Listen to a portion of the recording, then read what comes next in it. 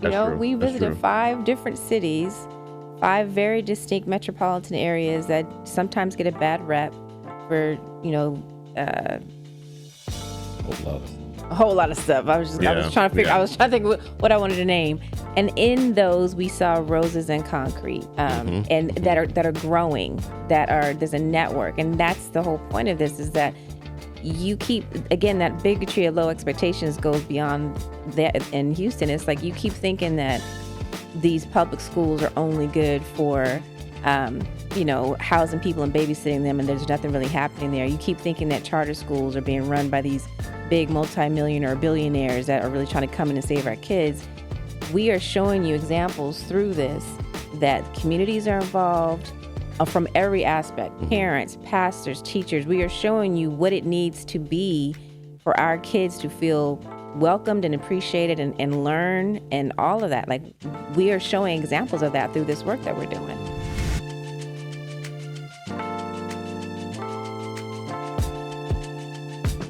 Hello, everybody, and welcome to another episode of the new Niagara tour experience. It has been incredible. I am excited, a little giddy, because right now we are in Chicago, Illinois. I was born not too far from here in Maywood, and it just feels really good to have my crew and my friends in the place where I was born. But let me tell you who that crew is. First, we have my brother Chris Stewart, who is here from not too far, just up the way in Minneapolis. We have the incredible Jay Artist Wright. Yeah. Okay, that was very cool. And we didn't say nothing, but I say something. No, it's all good. And we got the one and only icon, Sharif El Mekki. How y'all doing? Great to be in Chi-Town, man. Before we jump in, so before we start talking about what we're gonna do in Chicago and later on tonight, since we've all been together and we haven't been able to do this, we've been in Atlanta and we've been in Houston. I think we should start out first reflecting on Atlanta, but let's just ask what you all have been up to and just get a quick glimpse, because I haven't seen you. I'll go in reverse order. Sharif, what's new with you, man? Travel.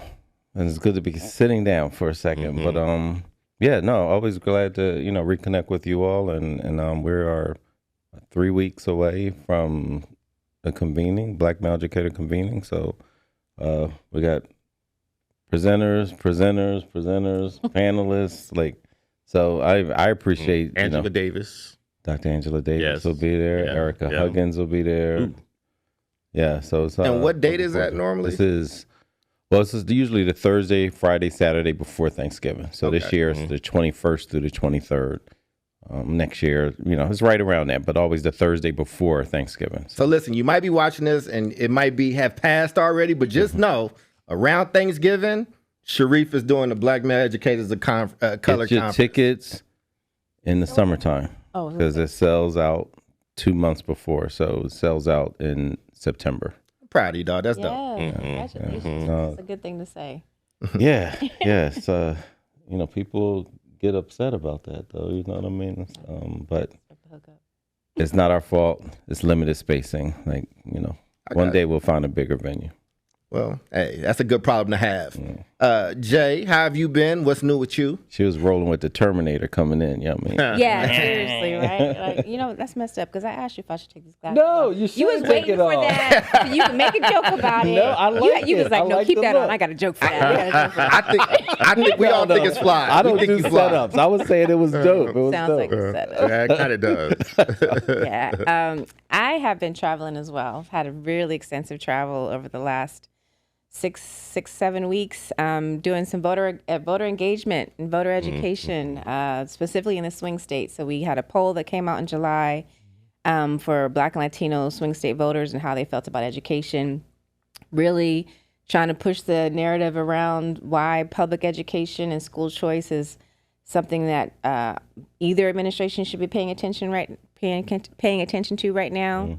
So been doing that, and within that, it's been going to those cities, the swing states, to talk with the school leaders, do everything from getting new students registered to vote to actually speaking with school leaders about how they can inspire their communities to get out to the polls. So it's been a long, arduous 6 weeks, but I'm glad that it's almost over, and a little nervous about what that will look like next week. But either way, I'm excited about the fact that there's been such turnout. And Dr. Howard Fuller, to give him a huge shout out, he personally has been taking his voter age students to the polls, which is like so hilarious to me, because he's like, I'm taking 10 a day. Like, you know what I mean? Like, so it's pretty Dr. funny. Fuller, shout out to that. Yeah. Long history of that, right? Like, Yes. organizing and engaging. So that's what's up. So looking forward to the holidays. Can't wait for Dr. Fuller to see all the results that we have seen in these 5 cities and like give his thoughts too. I think that's going to be really impactful. Chris, how you been, man? What's new with you? Tired. Okay. Tired. In his b-boy stance. Do a b-boy stance, man. You gotta because of like DMCs. Because y'all mentioned Dr. Fuller, he was like one of the first people I ever knew that did this type of work. So I never knew I'd be sitting with people like you all in network, in fellowship, whatever. And he never really seems to get tired. I've watched him for years. And so I feel bad what I'm about to say, but this year has been very tiring, period. Watching people that I know and love that do this work, it's not easy. Like when you go across the country trying to get people interested in education, you bump up against all kinds of just needless politics sometimes. I don't think we're honest about that with people. Like we come, we sit, we do these type of things. But I don't think that people know it gets tiring. It gets bored. It gets boring with the level of politics, because every city that we went to so far, the people know that there's something wrong with education and they are interested. They do care, but the systems to help them out are just not there. So it gets boring and tiring. And this year being an election year, I just didn't see enough. I'm sure you could concur with that. See enough about education, in the news. Yeah. So sometimes you just feel like you're fighting uphill and you need to take a break, right? Now, I'm not saying this about me because I can't, because we just talked about Dr. Fuller, and you like Dr. Fuller's taking 10 students at a time to go to the polls. 83 years old, every day. And how old? 83? 83, I think it's 83. See, now I can't even say I'm tired, right? You can say it if it's true. So, I can't now. I'm not taking 10 students to the polls. Yeah. So, well, it sounds like we all been traveling a lot. I've been a few different places, but my favorite thing that I've done, and I feel you on the tired thing. I mean, you can see it in my face. I'm not. Bro, you're 28. We don't want to hear from 28-year-olds. 41. So. Yeah, You're but still a baby though. Thank you. I appreciate that. But Memphis, I was in Memphis, and Sarah Carpenter, somebody who another name that is kind of up there, who I just love and who loves me. But I got to do a training with their parents just around building an agency and like, for them to be able to really advocate for their kids. And I stayed there, but I also spoke. Her daughter's son, her grandson, was murdered, and her daughter has built this event. And the mayor came out. John Moran and them would have come out, but they had to go on the road for a game, and it was heartbreaking. I sent it to you all in our group chat, but it was 25 moms. All of them now know each other because they've lost their sons to gun violence. And when we do this education work, and I know people might put a sticker or a jacket on us, but that's really why I do it, right? It's like education played a role in those kids not being here. And for that many people, that many women in that close of proximity with their kids the same age, I mean, it was just heartbreaking. I don't know if maybe I'll put a clip of that, give it to Josh to put it in right here, but they were the strongest people. They celebrated, we went around and everybody said their son's name that wasn't there, and they was just the strongest people. So when you talk about tired, or how Fuller made you feel about saying tired, there are things in this industry that annoy me and that make me kind of want to leave it, but that reminds me what's really at stake. We can use fancy words and things like that, but it just really grounded me.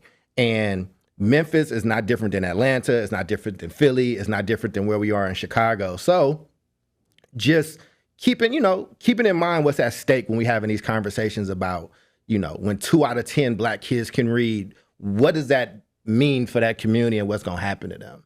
And I know you in Philly, I know where you are, you know what I'm saying? We've all buried people or seen people lose their lives, and we know things could be different. And education is not the only player, but it's a big root player. So with that being said, I want to go into Atlanta and just reflect on what we heard there. So just for the edification of the people listening, here are just some high level themes of the drivers of the educational issues there. They said low funding and low teacher support, economic disenfranchisement, excuse me. Let me say that again. Economic disenfranchisement, internalized racism and low expectations, and Black middle class flight and Black infighting in that area. So I just want to start with us. What stood out to you when we did this in Atlanta and what you heard? I'm going to start with you, Chris, and you on deck, Jay. Biggest thing I heard was the class issue, loud and clear, because we heard some of the same issues across cities, but in Atlanta it was pronounced. And just the size and the scope of Atlanta itself meant that it was a very disorganized system, and there were pockets of like more rich people, and there were pockets of people. There was no middle. It was like feast or famine. And that was different than I thought, because going there, I thought, Atlanta's like the Mecca. That's what I've been told for years. And everybody's got money. I thought everybody was the Real Housewives or whatever. And we get there. He loves the Real Housewives, and never even watched it. But he likes the day. He does watch it. He does. We learned that in Atlanta. It's neat. Yes, That's what it is. I said what I said. Yeah. But that was my biggest takeaway, was just how clearly people understood that there is a class issue and it's not a secret to them. And that does impact, I think, the education system, because it allows there to be feast and famine. Some people are very happy with what they're getting because they have money. And then other people are kind of siloed into sections where they know for a fact that they're getting a raw deal. Jay, what stood out for you? Yeah, I actually would agree with Chris. I was very shocked at just the huge chasm. And you're right, it was just rich and poor. There didn't really seem to be any middle. And I don't know if that was just the dynamic of the people that we had come there, but it definitely seemed to be a huge disparity, and very, very prevalent, that it's like Tyler Perry, the have and the have-nots, right? That was the biggest thing that stood out to me too. I think I was also a little bit concerned about the lack of like political in-depthness that was there. I was expecting that to be a little bit more, especially when I compare it to the other regions. There really wasn't much said about, the stuff politically there. It was or what was said was kind of like, we don't really know what's going on, or it wasn't as like when I compare them to Philly or Memphis, like Memphis and Philly, they knew like the school board members, the city council people, the superintendent. I didn't feel like we had that level of depth in Atlanta. I don't know, was that just me or? It's probably the size, though. I was gonna say it's so big. It's huge. Yeah. I was gonna ask how big Atlanta is relative to. It's bigger than Memphis. It's not bigger than Philly. Yeah. Yeah. I can see that. Yeah. I don't know, but I get what you're saying. I definitely hear what you're saying, especially from the way the conversation was going there. Yeah. Yeah. I concur. There's certain places when the cities, first thing I think about is like Jack and Jill. You know what I mean? Atlanta is one of those places. I just think Jack and Jill. And definitely there's variances in that, but I think the sometimes the danger of that, and we talk about that a lot with the, even in Philly when people were coming up during the Great Migration, and it was this kind of, we don't want y'all here, that kind of attitude. Now it's like gated communities for, people who look like you and things like that, and it makes me just think of what sister said, black faces in high places will not save us, so that was one of the things that they were describing, particularly for children, back in when they had No Child Left Behind, it was this like safe harbor ththing, right? Like, oh, if your kids make it to this point, then that's safe harbor. And I just feel like, unfortunately, Atlanta is not, they're not the only place like that, but there is a tendency sometimes, as long as my kid is at safe harbor with the schooling system, I don't empathize with you, and I think true like educational, racial, and other type of justice, justice orientation is when you are angered by things that don't necessarily impact you, but you just know that it's not right for human beings. It's not right for any child. And and we all know this, but I do think there's some people who don't believe, like we believe that, hey, society as a whole is better the more educated we are. More educated, engaged citizenry is a good thing. The other folks are like, I don't care, I got mine. Well, I was don't gonna care say about things yours. are working for me, so Yeah, so it's fine. Like, even if the system isn't perfect, I'm able to navigate it. And if you can't, sucks to be you. Like, that's such a corrosive problem. And again, it's not an Atlanta-based issue. This is a societal thing. But it's particularly, problematic, I think, when we hear that from community members, that this is what I'm experiencing. This is what my child is experiencing. yeah. And it might not be out of malice. Sometimes it's just like, if you what I was don't do what we thinking, do, if you're not seeing, you might just give up at some point. Like, I don't know what to do with that. Like, I know it's bad. I know it's a problem for some people, but I just don't know what to do. Oh, yeah. And not even think about those. Think about the folks who do have access and can see it, right? Yeah, There are some folks who like, oh, I can see this. And you know what? I'm going to just shut the door. My kids are on this side. But I think it's a sociology thing, right? Like, I mean, look, in a lot of places we go, the lines of delineation is like black and other people, and it's probably like a concentration of black people here, but there's this other around, or like that you can kind of point to. I think in a place like Atlanta, which is now kind of the true chocolate city, well, when everybody is this, you find tribes within that. You're not like, it's not this large connection of, oh, we're all black. It's like, well, we're black and we live here, and they black and they live there. And on the south side is different than what we do here on the north side. Look, Atlanta is one of those places. I love Atlanta, man. I think, just Atlanta is an interesting is like one of the most interesting places in the country right now, because it's one of the last standing true chocolate cities, like where the demographics still kind of hold steady. Like, we're here in Chicago, but like when I lived in Oakland as a kid, black students were the majority in the district. Now it's Latino.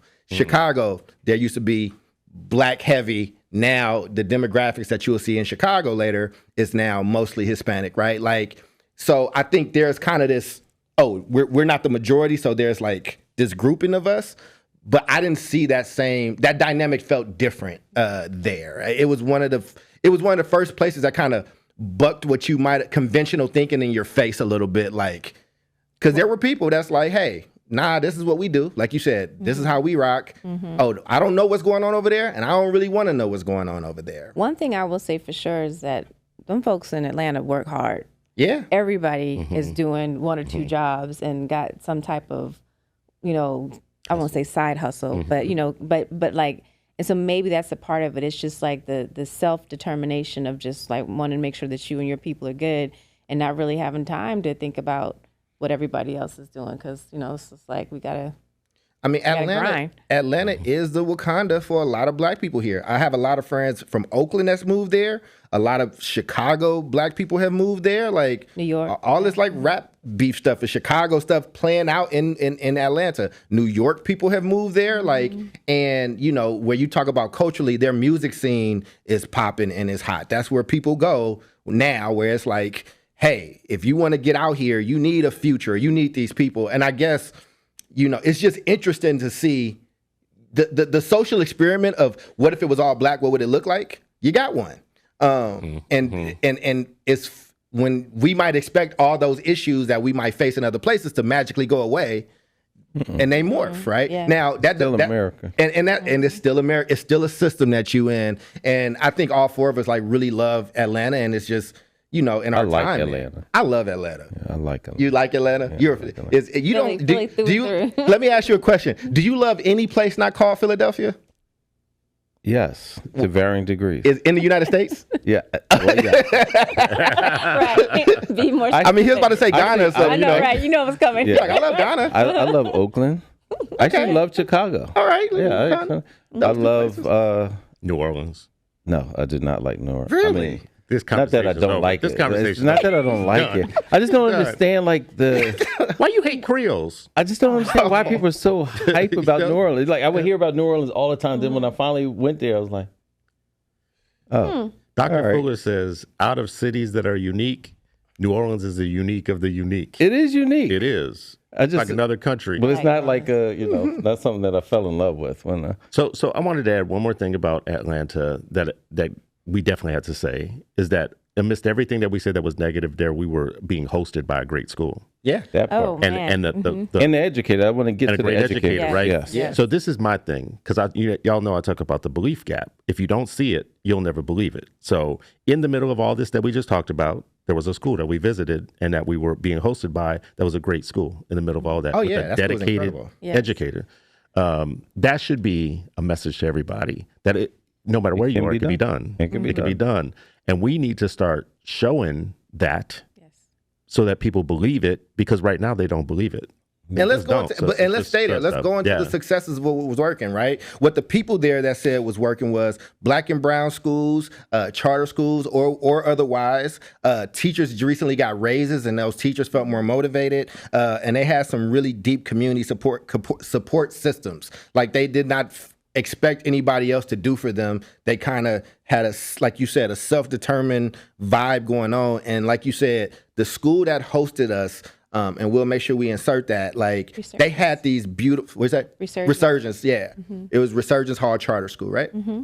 And Tori is the leader of that school. And when you walk through there and you see these adorable vending machines, but instead of sugary Coke products, it's books.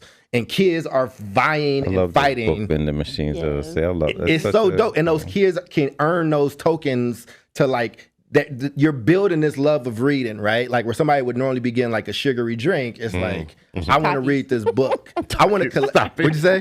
She said Takis. Some Takis, right? Yeah, like with yellow number 5, whatever it is, right? Red number 5, whatever it is. Red I dot. mean, just for the record, like there was a lot of things to be hopeful about there. Yeah. I just think it was jarring when you see, oh man, this is all black, and you were expecting responses to be different, and then people was like, nah, they don't rock with us. But we don't rock with them. And it was like, oh, wow. Like, do you know how strong y'all could be if y'all actually rock together? Like, I wish Oakland still had that percentage of black population, And but let's go in there on some things that you wanted to talk about the educators with. Yeah, I mean, and educators, not only tourist school, but other educators who were there and just doing like amazing work, And I think, like that was very inspiring. We've seen that in each place that we visited. But, when you have like people like Hewitt, with the Black Teacher Collaborative and like just like the making She's a she beast. I came up under her. You know that, right? The what? I came up under Hewitt. Oh, nice. All right. That speaks to half your dopeness. All right. But just like that intentionality, like we're going to develop the best educators out there, right? And they are so pervasive in in the land and other places, in the South. But just hearing from folks who are like, "Yep, I started a school. I'm committed to this. I am doing the work. I am holding myself, and I'm asking the community to hold me accountable." And like that is what I heard from the educators, right? Like, no, we want to be held accountable, and we're accountable because we have a deep passion for the work and for this community, right? And to me, I think that's often a missing piece in education, where it's like I do this work, but don't hold me accountable because they came from that side of the bridge, that side of the street. They were like, I don't care where they come from. This is my work, and this is my my belief system. It's tied to their belief system, and that's always, to me, just the North Star, right? And so when you see educators like that, then that's where the hope emanates from, and it's keep building on that, because we got to bring sunshine. It's like what you just said. The public should know that in this Niagara thing that we have done in each city, we have created these like learning labs where people come in and they go from one to the next and they answer questions. So it's real community engagement. It's a real way to get information from people. But if you're manning one of those stations, you get a new group of people every like, how many minutes is it? 10 minutes. Every 10 minutes, or supposed to be 10 minutes. Like every 10 minutes, you get. I say 10 minutes. Yeah. Every 10 minutes. Look, Ken got my back. I say 10 minutes. Y'all just need continue. He go TFA. Right. After like 5 times Exactly. doing this. Listen, in our community, it's like And I've extended the time. elders talking. You know what I mean? Like Right. we gotta let the elder finish. So we will say 10-ish minutes every 10. Yeah. If you're manning one of those stations and you got a question there, you get a new group of people every 10 minutes that you start saying to yourself, especially after doing multiple cities, damn, we have a lot of intelligence in our communities. We have dedication. We have people that come on a weeknight to something like that to give of themselves. And I don't know that people locally are always capturing that, like, harnessing that. because I've been amazed by how into it people are and how much they know about their local area. So like I've learned, we call these learning labs, right? For the people that we're bringing in, but I'm hoping we're learning too as we leave. Like, people have some answers to some things. But that's the part of the pushback from communities, right? Like people don't listen, to them. I'm with a group right now where we're looking at like, okay, how to, reimagine the teaching profession. And, they're like, oh, should we talk to families and students? I'm just like, how are you going to talk about education without talking to parents?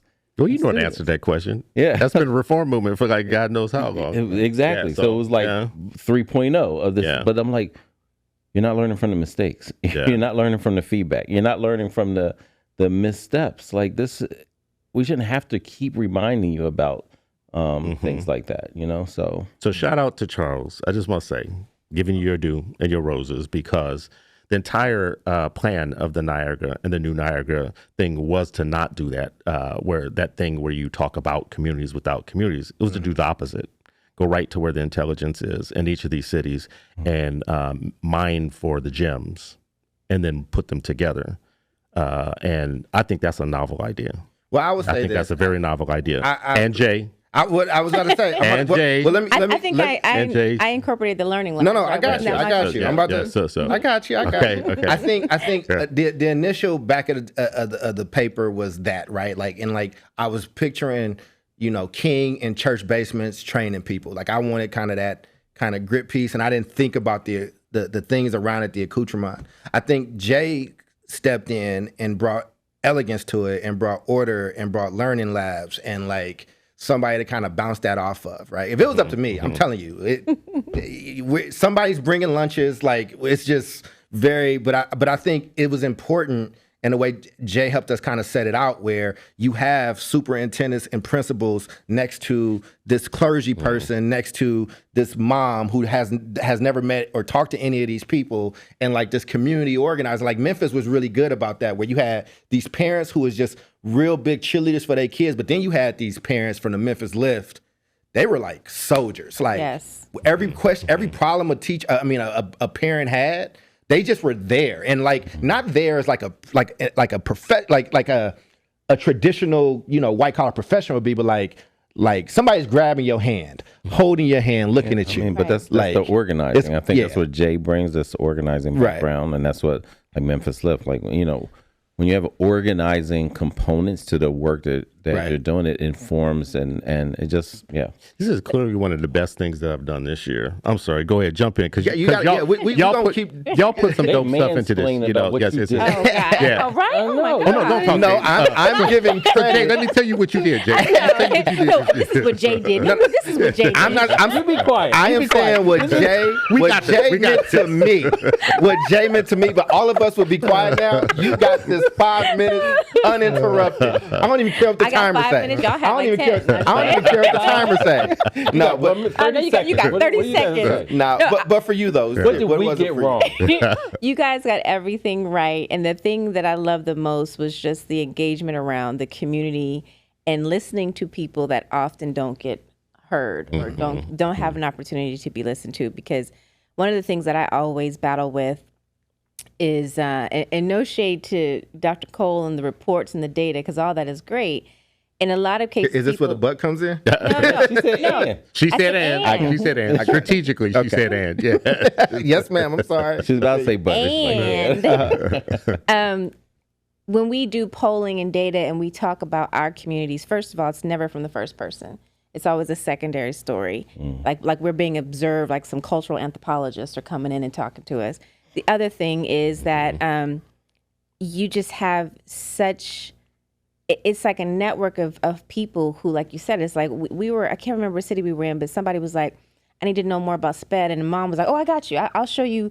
Oh, I think it was Memphis. And they was like, oh, we'll show you how to do that. And that was like so beautiful, because like you're building that community within a community. And again, I always related back to that's where we came from. Like before we had the systems and we were trying to figure out how to fit ourselves into the systems, it was a network. It was the quilting of all these different things, putting us together and making this beautiful artifact. And I just feel like that's what this has felt like, not only being with you all, but just watching the stories unfold in the different communities. Like you said, having clergy talking to an elected official, talking to a parent, and all of them having a vested interest in kids. It was really great.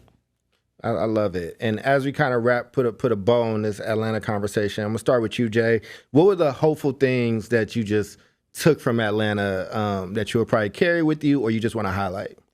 The grind. I mean, I am someone who truly believes in working hard and it'll pay off. And I really saw people. I mean, I was so motivated and inspired by Tori and Resurgence and what they were doing.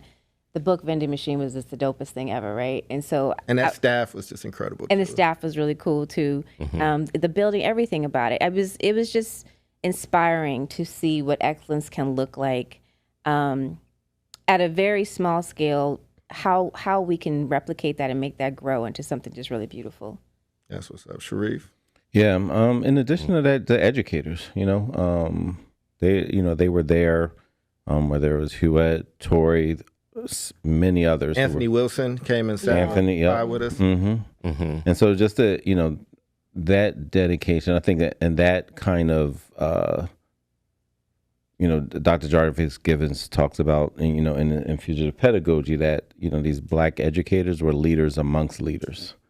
Like they were the activists in the community, even amongst others who were doing activism, but the educator activists brought this additional layer to it. And that's what I felt. I was like, this is that old school, I'm here for my people. I'm responsible for, what I offer and what I provide and how I support. And so that level of servant leadership that was just consistent. They were all at different schools and different programs, but that was a consistency that really felt good to see and hear. And as I go to you, Chris, if you don't know exactly what Sharif is talking about, watch a movie called The Great Debaters, and Denzel Washington's character in that as a activist and a debate coach but teacher is kind of the example of what you saw, right? Like leading in the face of danger. And I don't know if you've seen the movie, but it's great. I did see that movie. It's a great movie. But that's what I was thinking of when you said all that Housewives and Tyler Perry. I'm not familiar. Can I'm not familiar. We're going to cut that part out. Go ahead. Just cut that out. I'm not familiar, but, please carry on. But he agrees that Great Debaters is a great movie. What I said? I said what I said. So first of all, shout out to the caterers of Atlanta. Wow. Because I judge cities by their food. In Atlanta. We ate great in Atlanta. They killed it, right? They killed it. That's all I got to say. No, just kidding.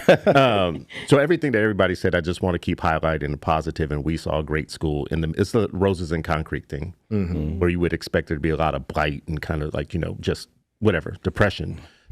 You're standing in a school where it's clean, it's orderly, it's beautiful on the inside there. I'm sure if you're a kid there, it doesn't make you feel poor to come to that school.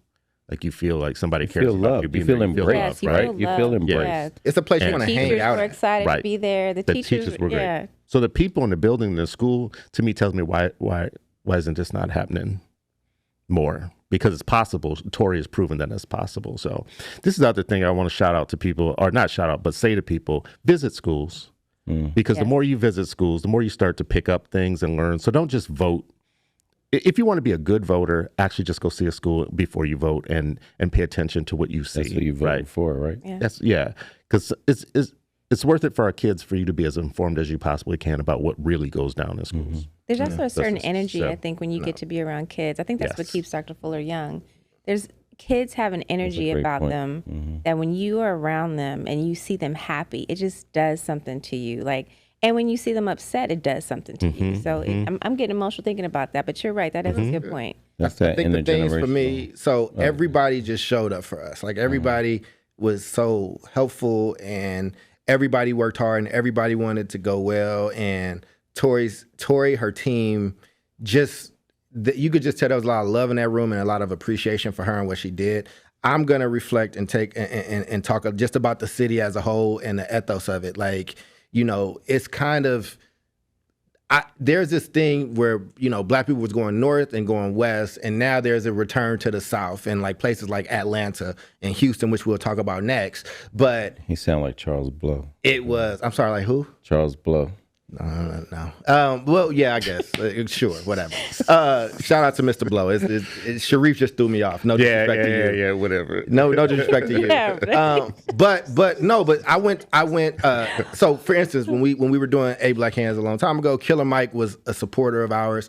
I went and got my hair cut there. But him and his team were like, oh, why didn't you should have let us know. Like, we wanted to be there. We wanted to support. Send us this thing, right? Like, there is this thing that I think that so many Black people are going back to those places. And the notion and the idea is you should come here and we expect you to make it. Like, that's kind of where I think a lot of that divide was. I think some of those people that's like, we're grinding, and if you're not grinding like us, something's wrong. We don't really want to be around you. Like, that wasn't a critique of the place. It was just a sociological observation. But I like you get to see every type of Black person. You get to see a hip hop Black person. You get to see artistic. You get to see a Wall Street-esque buttoned up. You get to see and not that those things don't exist everywhere, but it's in such abundance in those places. And I just think it's something really good to see, because I know there are young people that I have known that went to Atlanta, that came from Oakland, that came from other places, and they went there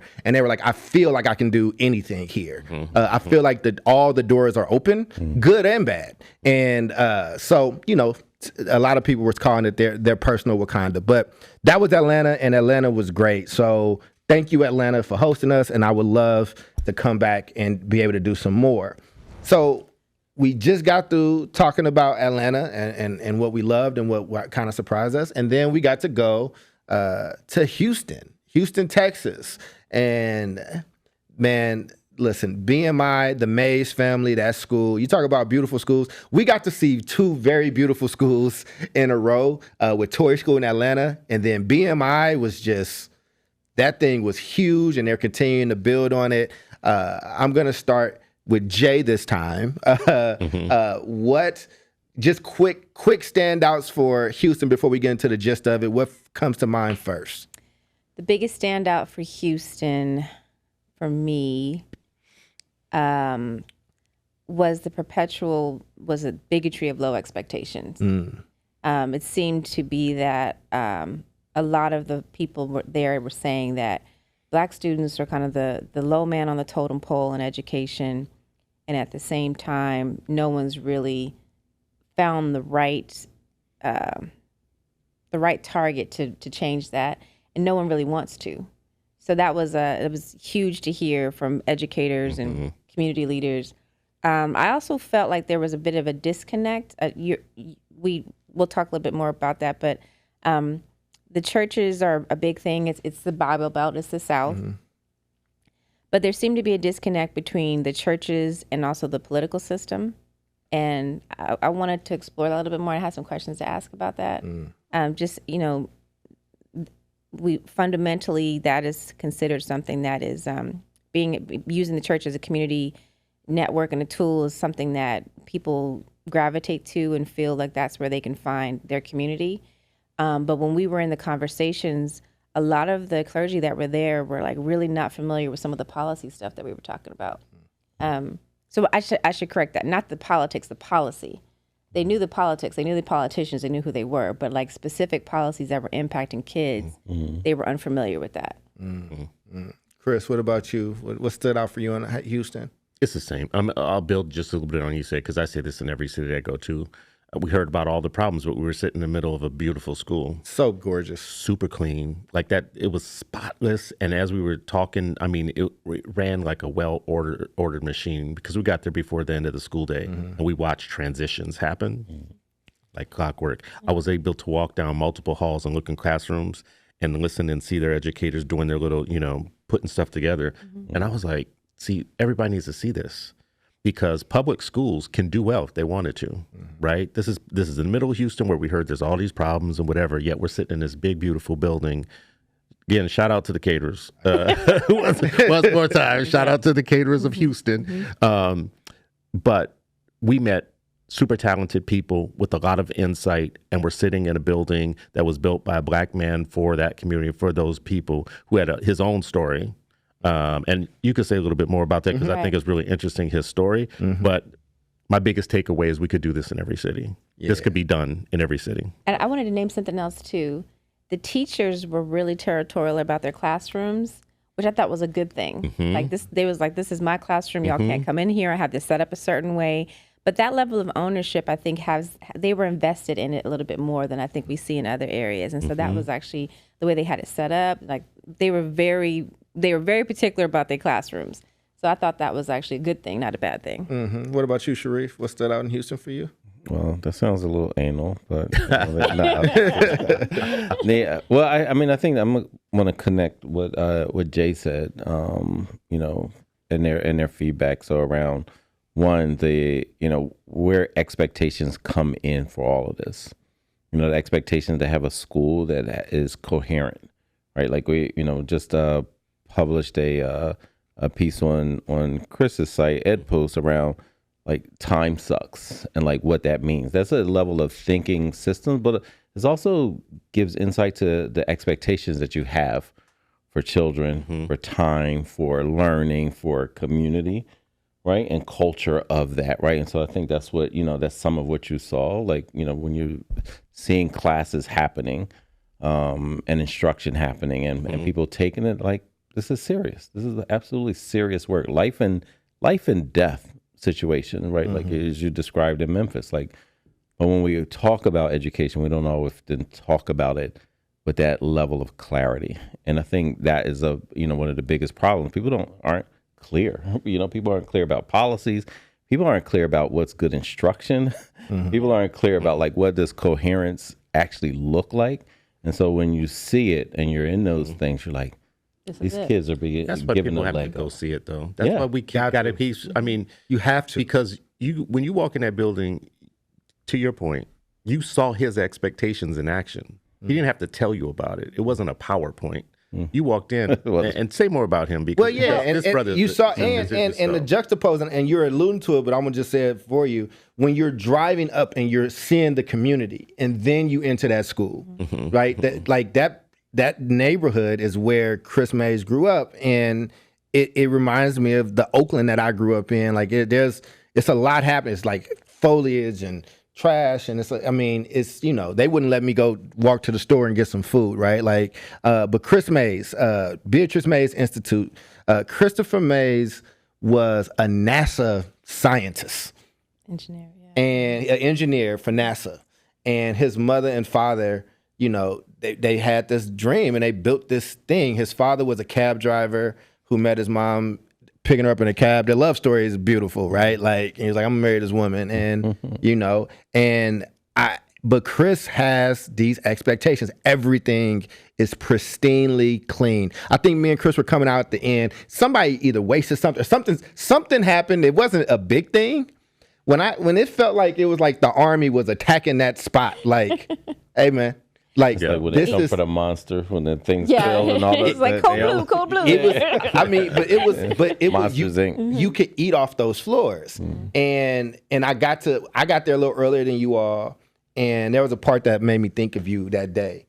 Mama Mays came in. Now, I didn't know she was still involved or engaged. She just comes in and checks in on the school, but like she is greeted like the queen of this place, and like the reverence for our elders. And this is who it's named after? It used to be her school. She is the one who like Who opened and it's a child center, right? I think so. Child center, yeah.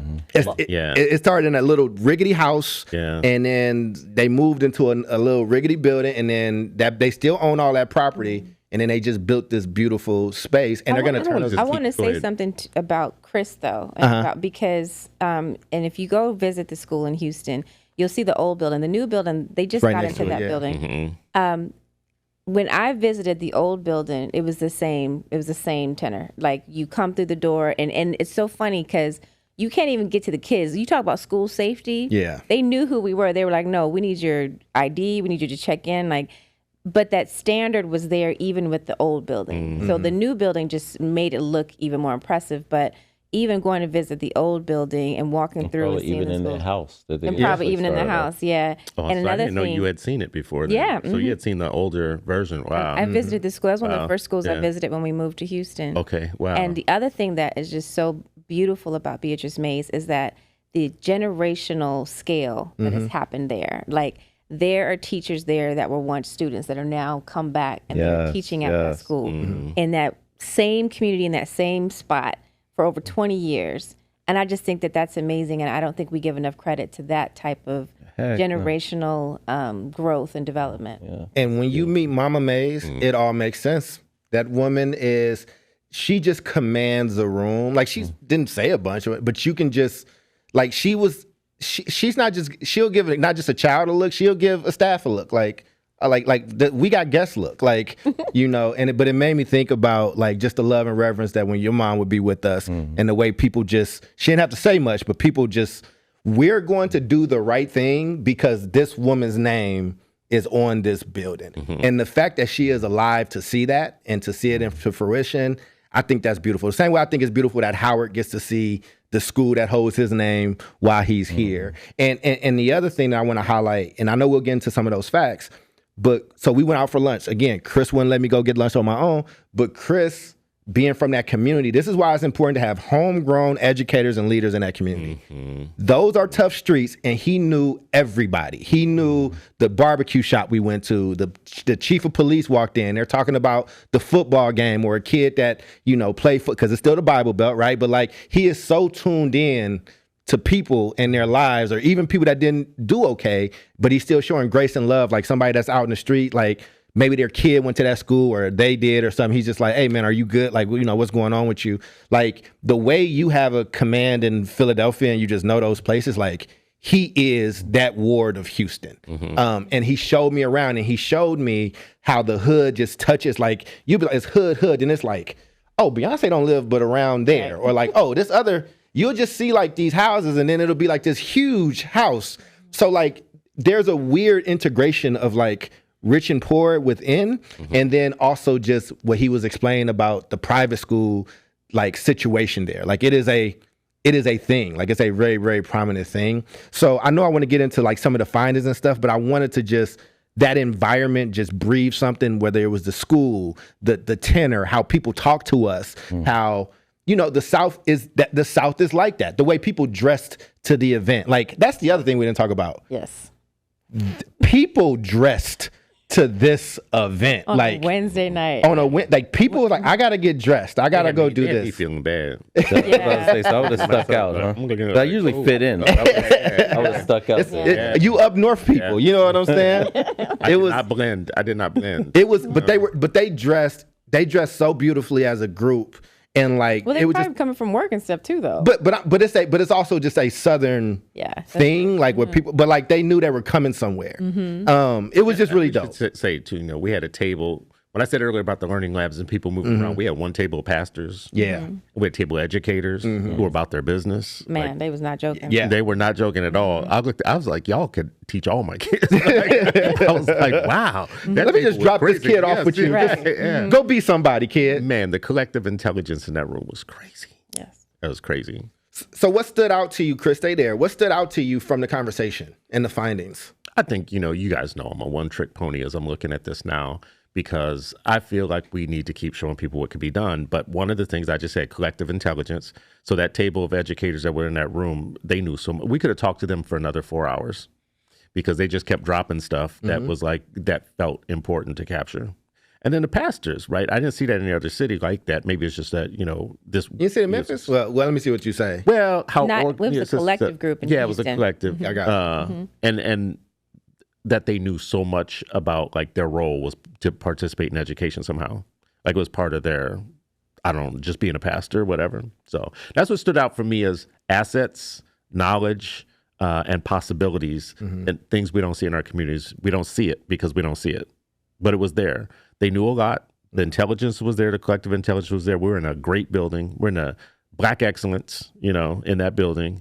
And that's something that could happen everywhere else. So people listening to this, if this is not happening in your city, or your mayor hasn't captured this, or you haven't found those homegrown people who know their communities well enough and have the talent to pull things together, then that should be a goal for your city, right? And I think we're sharing that it is happening everywhere. That's true. True. We visited 5 different cities, 5 very distinct metropolitan areas that sometimes get a bad rep for, whole lot of stuff. a whole lot of stuff. I was trying to think what I wanted to name.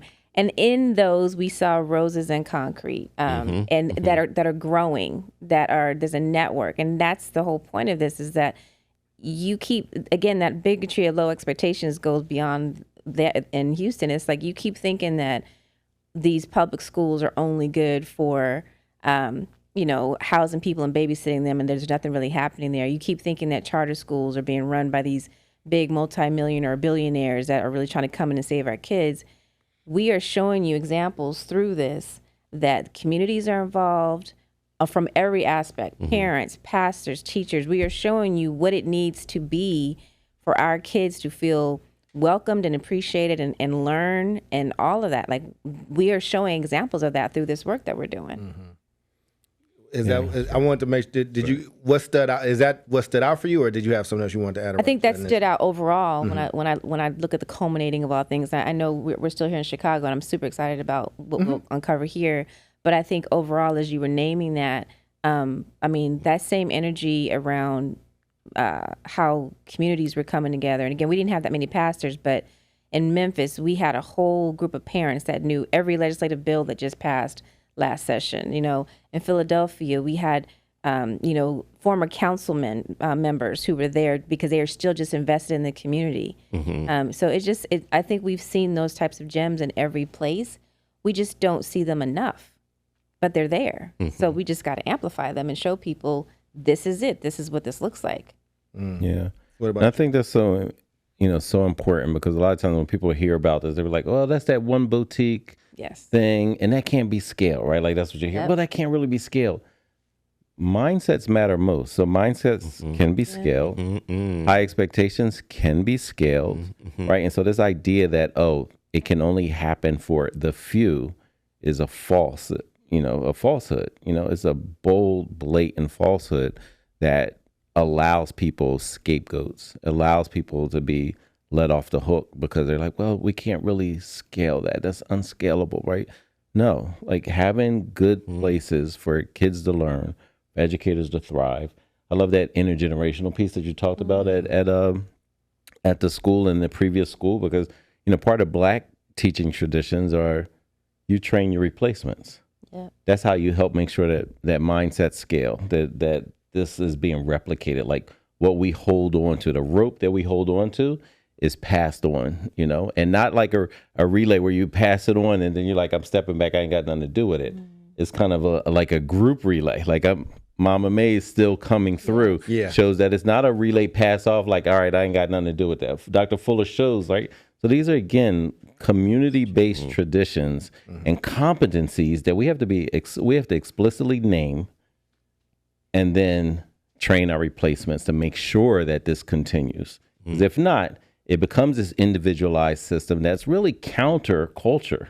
You know about counterculture? That's counterculture for our culture. Yeah. You know what I would love to see? And you know what I would love to see? Is one, I appreciate you saying that, because what you're really saying is you're that surprised to see Black folks having a standard.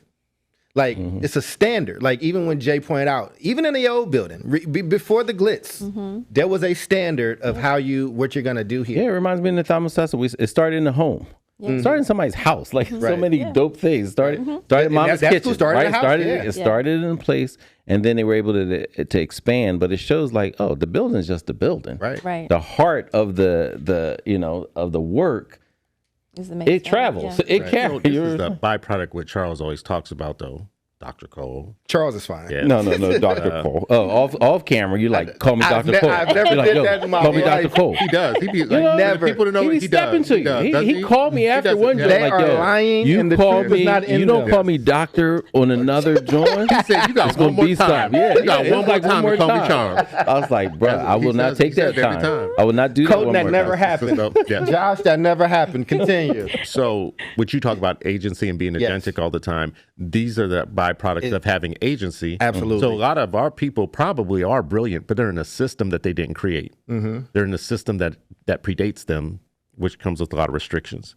So Beatrice Mays has a foundation to build on. Her son goes away and comes back with a lot of vision and talent, whatever, takes it over and builds something. He couldn't have done that if he didn't have the ability to be agentic, as you always talk about.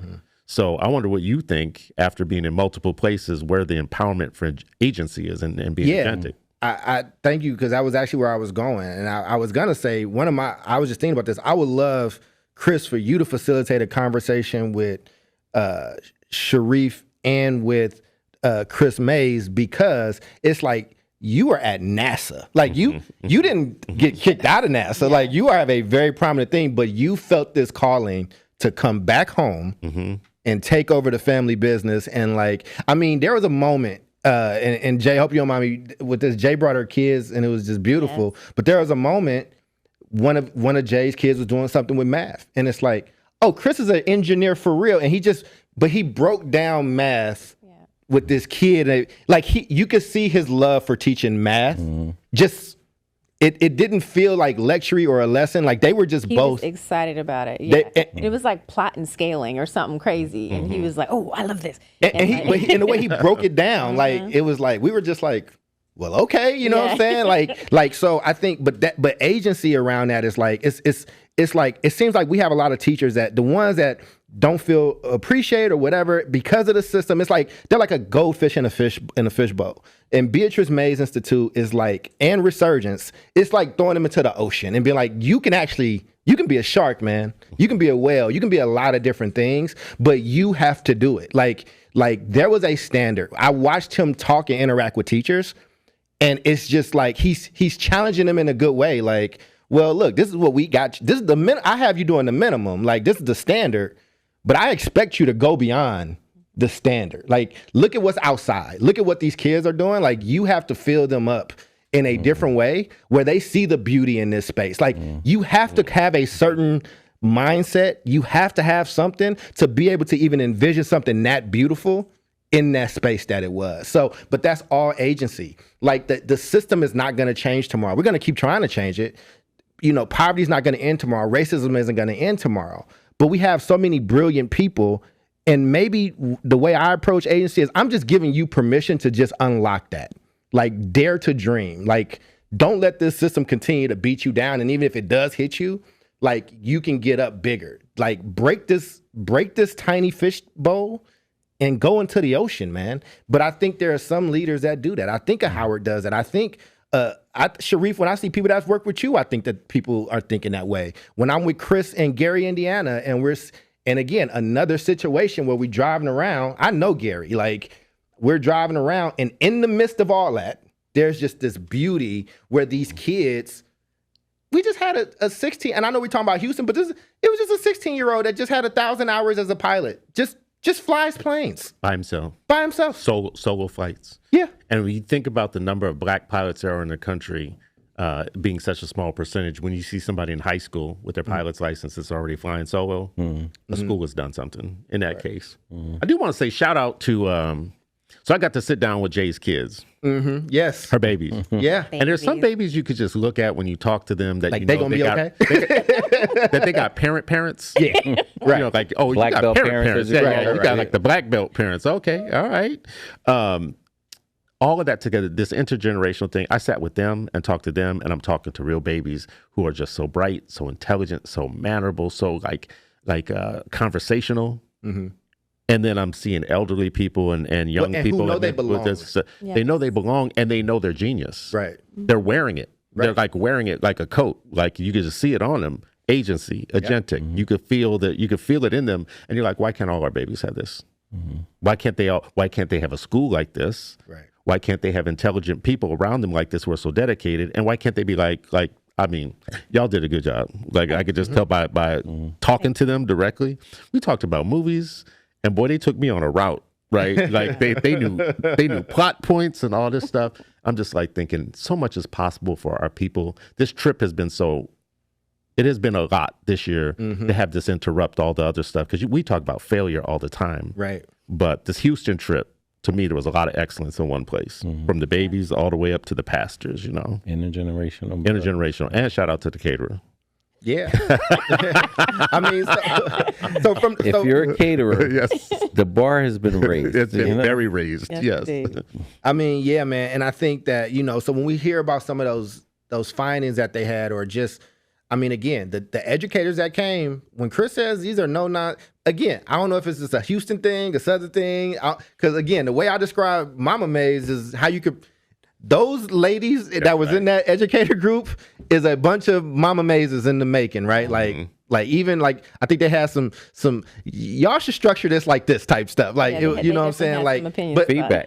But instant real time feedback. You know what I call it? You know what I call it? It's I love my community and I'm gonna do everything I can to fix my community. And I was raised by a grandmother like that. I was raised by the grandmother that was like, I'm feeding everybody. Come on, sit down and eat. You're about to eat. Before you leave, you're gonna eat. Like they're not asking you like if I can take care of you. They're just nurturing and taking care. And I did not have that experience in schools. I did not have that kind of love. Outside of Mr. Brown, which I think y'all have met before, I did not have that. And I just feel like my question to you, Sharif, you know, all of us kind of specialize in something. You specialize with the teachers. You specialize, Jay, with the politics and policy. You specialize with community and getting stories out and successes, and me around agency. So I'm asking you, what does it take?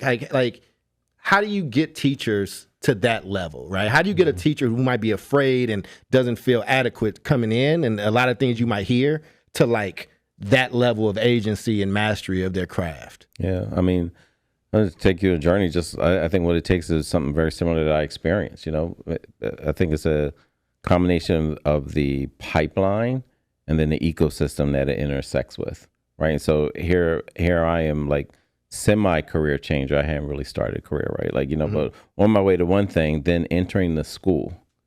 And in that school, there were dope black educators and white educators, but right now I'm particularly talking about the black educators who embraced me, who taught me, who shared the baton. Didn't just pass it off and say, oh, you know, because you're here in some places, oh, sink or swim. Oh, you got thrown to the fire and we'll see if you survive, right? Like, it wasn't that. They were like, no, the kids who you're going to lead are so important to us. We're going to make sure you're successful because your success is tied to those students' success, right? And then my job was also communicate to the students, hey, your success is also tied to my success. So we have this common interest to do well, but so did those teachers, whether it was Miss Yvonne Savior, whether it was Letha Hawkins, whether it was Iris Leggett, whether it was Dr. Blackwell or Mr. Gibbs, right? You know, if it was Kathy Lee, you know, Miss Corbett, Miss Halty, these are all black educators that I'm naming that embraced me and others who came into the school and said, we're going to teach you how to be the dopest black educator that you can, educator, period, right? Like, we're going to make sure that you are carrying the baton of like what occurs or what's next. And most importantly, of how you're impacting the students in this community, right? And so I think that is a big part of making sure we're codifying what we do. You know, some people are like, oh, I just do it, or they just respond. No, there's a technique that you're actually using. Technique rules the world, but sometimes we don't name what that technique is. And the dopest black educators are naming, here's the technique that you're actually using. It's not by happenstance. And you're going to practice it. You're going to perfect it. And then you're also going to pass it on. Exactly. Yeah. And I'm about to come to you, Jay. What I wanted to say, I didn't want to lose it. And Chris, I think this is, I'm not trying to give you more work, but I would love to, no part of me, I'm not a teacher, no part of me wants to be one.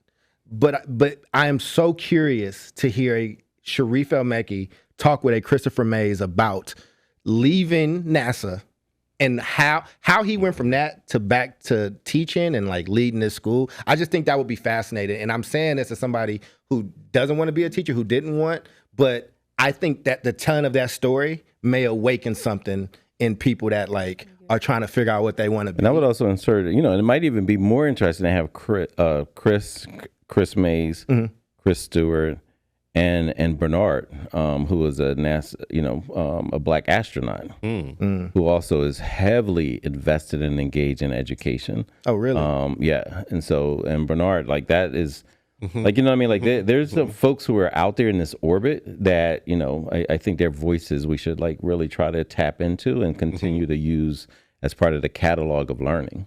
I would love to see like that when we call. feel in a certain way back in the day, they would put on a particular record, like, oh, you know, I mean, you know, just put like, oh, here's the song and it's the record. Like, that's what I feel like Chris does. And he has this vision for like, oh, we can like download this and have it, because at some point we're going to need to re-listen and remember what they said, what they did, and connect it to what we need to do. This is why, like, the work that you do, Jay, because we need connective tissue across sites, because there's a maze somewhere else that's in isolation. Yeah. We have brilliance, but we are a disconnected people that if we form those connections across state lines, this is what, like, so for everybody here who's read any of Vanessa Siddle Walker's work, or Blacks in the South or whatever, It's crazy. the old Black before Without Brown, internet, before Brown and before internet, Brown, right? the Black educators before Brown had cross states exchanges of information. And I just think that's why, like, with the work that you're doing with connecting educators in different places, we need that connective tissue, because there's an intelligence that if it was all put together, a lot of answers would come out of that. I 100% agree. As y'all were talking, I was just sitting here reflecting off of the best public school experience I ever had. And it was in middle school, where Mr. Housen was my school principal. The vice principal, Dr. Peebles, was a Black woman. The janitor, Mr. Angus, I remember him. Mrs. Pollard was like the assistant coach. Dr. Curry was like the other coach. But then there were other people that weren't Black, like Ms. Hischar. Out of all of my experiences, all of my education, I can remember almost everybody within that middle school because of how the spirit of the school operated. And it was something that really stuck with me, because when I went off to high school, I had a horrible experience. But middle school always stuck with me because of just the energy around that room and the expectations. Like, Mr. Housen was like this bow-legged drill sergeant, man. He would just sit in the hall. He never said anything, but just his presence, it was like people were afraid of him. Like, you never wanted to go to Mr. Housen. You wanted to go to Dr. Peebles first, because she was the vice principal. But even Dr. Peebles was like nobody to mess with. And if you got lucky, you could talk to like Mrs. Pollard, who was really cool, or even Mr. Angus, who was like the janitor. You know what I mean? But they were always there, and it was like this community feel that, like, you just felt like you were home away from home. It was just really cool, and I didn't even realize that till right now. Like, just thinking about all of my educational experiences, I excelled tremendously there. I was like the head captain of the drill team. Didn't even know nothing about drill team, but I remember specifically Mrs. Hischar, who was a white lady, basically told me to go out for head captain, and I said to her, I was like, I'm going against people who've been taking dance classes and doing all this stuff. And she said, you don't have to worry about that, because you have natural raw talent. And she was like, you need to go out for this because you've got natural raw talent and you're a natural leader. And I was just like, wow, okay. But just something about that energy, it's like those things exist, and they exist because you have people that really care about kids and they're intelligent. And I really like what you're saying about how do we bring people who've gone off to NASA, you know what I mean, and bring them back into the fold and let them see the value, but also see how you can scale this. Like, you don't just have to be a teacher. You could be an owner of an entire, block of schools or something. Like, we got to talk more about that. Well, but that's why I was coming to you for your expertise around, you just around politics and policy. And like, as we're like, you want to see more of these people be more conscious of those things. And like, we've been to these 4 places so far. Just what advice do you have around, one, the importance of connecting these educators with policy, but how they can make policy work better for them? Like, what is it that you want to see? I want to see power. I want to see power in action. I want us to see what it looks like, show these examples of these different communities where we are seeing people who have little turn it into something great, people who have something great turn it into something greater, because there's value in that. And ultimately, it's impacting the next generation of students. And I want to see it outside of the political system, because the political system has been corrupted, quite frankly, in a way that we've even seen it as we name all the things that have happened in each one of these regions. Every region we went to, there was a disdain for politics. Pretty much every single region. There was also, and they knew, it wasn't like they didn't know. They knew the politicians. They knew what was happening. So just reinventing what it means to be a public servant, that may be too idealistic, but like we've got to take over our communities again. We've got to have those pastors now becoming, the next city council person again, and remembering this collective power that we have. I think somewhere along the lines we've missed that. And I think if we can find that again within our Black communities where, the church turns into the council person, the parent turns into the teacher, like really start to recycle that in our communities, I think we'll see power return to our families. Got you. And Chris, you are, you're the person that was like infused Black success. Like we have to talk about success, and you are so good at capturing these narratives and stories and the importance of these stories. Like we need these griots. So from the places that we've seen thus far, and us being in Chicago, like what is it that you want to see, or what is this even pushing you towards this experience? Like, what is it telling you or confirming for you, or, where is it leading you? So I think the first thing is we have to keep talking about what we're getting right, and we have to force that conversation because we talk about our failure all the time. So we just got to start enforcing this conversation. Every time you're in any city, you see something excellent, we should just rise it up. Yep. Anytime we have these names of people like the astronaut and the maze and Tory and whatever, we have to tell these stories. We're about to see in here in Chicago. I'm sure we're about to talk to somebody tonight who's just and this is a legendary, and Noble is legendary here. Here's my point. The public should know that. Because the public right now has a lot of misconceptions about our children, our educators, our people, and there's native intelligence. That's the beauty of this Niagara thing, native intelligence. Yeah. We tapped right into native intelligence. We could do it more, and this should be a lesson. When you were talking just now, one of the things I thought to myself is the one thing that was consistent was that the leadership class in all these places was one of the problems. The political class, and everybody knew it. We went to native intelligence, but they told us in every place, the politics is breaking down here in every city. Yep. So I do think that there needs to be a push for our leaders to do what you said, become better. Like they need a new definition of what leadership is in a Black community, or not even a Black community, just a community period. What does it mean to be a public servant?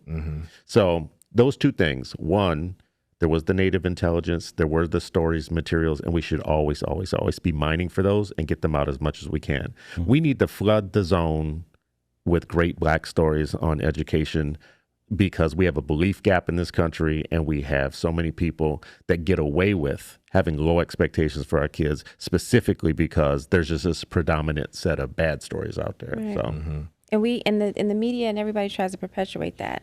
I've actually personally stopped telling my story in a deficit mindset. Like, I'm not going to give my story to you until you understand that in spite of those situations is how I got here. Ooh, you just gave me chills. You know why? Because people live off of our misery. Yes. Yeah. It's an industry. It's a whole industry. It's an industry. They live off of, when I'm I about say, to yell at Chris. I'm about to yell at Chris. Do you know why I'm about to yell at Chris? You're going to say cotton. Because it's at the end, and he just brought that up. It ain't, no. What has Chris been talking about for years? That Black kids are the new what? Oh, cotton. The new cotton. Yeah. And he talked about the price on Black paint. And every time something happens, write the damn thing. And we are at time. But I quote that so much. I quote that so much. Right. My friend Chris says, new cotton. And you know what's going to happen? Somebody else going to write it, and he's going to be like, they stole my idea. Yeah. You've been sitting on it for 87 years. You know what? I'm just going to say this right now. It's on so many tapes. We got it right now. It's recorded so many places. And every time I say, Chris says. Back in the day, if you wanted to copyright something, you would write it, put it in a certified mail, and mail it to yourself. Now you just got a timestamp video. So now I got it. Yes, we got timestamp. We got it. I didn't know people did that. That makes sense. Colton and Josh, this is where we put the stamp of authenticity right here. Black kids are the new cotton. I would just say this has just been incredible. I think, just quickly from mine, agency, the building that we're in is a show of agency. Being able to imagine something beautiful in a place that wasn't before. Being able to imagine more for yourself than what's in front of you. Like the best and most horrible way to keep Black kids or any kid or any people down is to take away their ability to imagine, take away their ability to dream and think of something better. So when you see Resurgence, and where you see Resurgence, when you see BMI, when you see the podcast studio we're in, when you see, what Sharif has built in Philadelphia and the work, and, when you see people take that, and you used to say it's taking something from nothing or hustling or grinding. It's really agency. It's really like instilling something. And what Chris pointed out about Jay's kids, they are the embodiments of hope, and the embodiment of future, and the embodiment of education, and the embodiment of loving parents. You're not even worried about them. Like you are, even if the class is off, they're gonna tell their mom or dad, this seems off. This don't seem right. and where I was at, it just was so normal. Failure was so normal. Low expectations was so normal to the point where you're ostracized. You were ostracized if you wanted something better, or you thought you were better than people if this wasn't acceptable. And that's the first thing. We have to stop accepting the scraps and thinking that is normal. Jay's child is normal. Yeah. What BMI has built is normal. What Resurgence is normal. Mm-hmm. And we need to continue to redefine that new normal. So we want to thank you all for this. We are in Chicago now, and just to preview in 30 seconds, we will be at the magnificent Noble Institute, one of Noble's many schools. Noble is the largest charter organization here. They are led by Miss CJ, who just recently stepped down, but it just recently happened. I don't even know if the news is out there, but she has created such, everything that we're talking about, she has done this with a ton of schools. It is huge here. And, I'm looking forward to seeing that hope. I'm looking forward to seeing that agency. I'm looking forward to seeing those people that take ownership over their community. Not the building, not the edifice, not all the stuff, but these people are my people and they belong to me. And when you truly believe that and feel that, it shines in your work and it oozes out of you. You can't hide it. Whether you are Mama May's or Chris Stewart or Jay's children or any of that stuff. So we thank y'all for joining us on this journey, and we can't wait to update you on Chicago.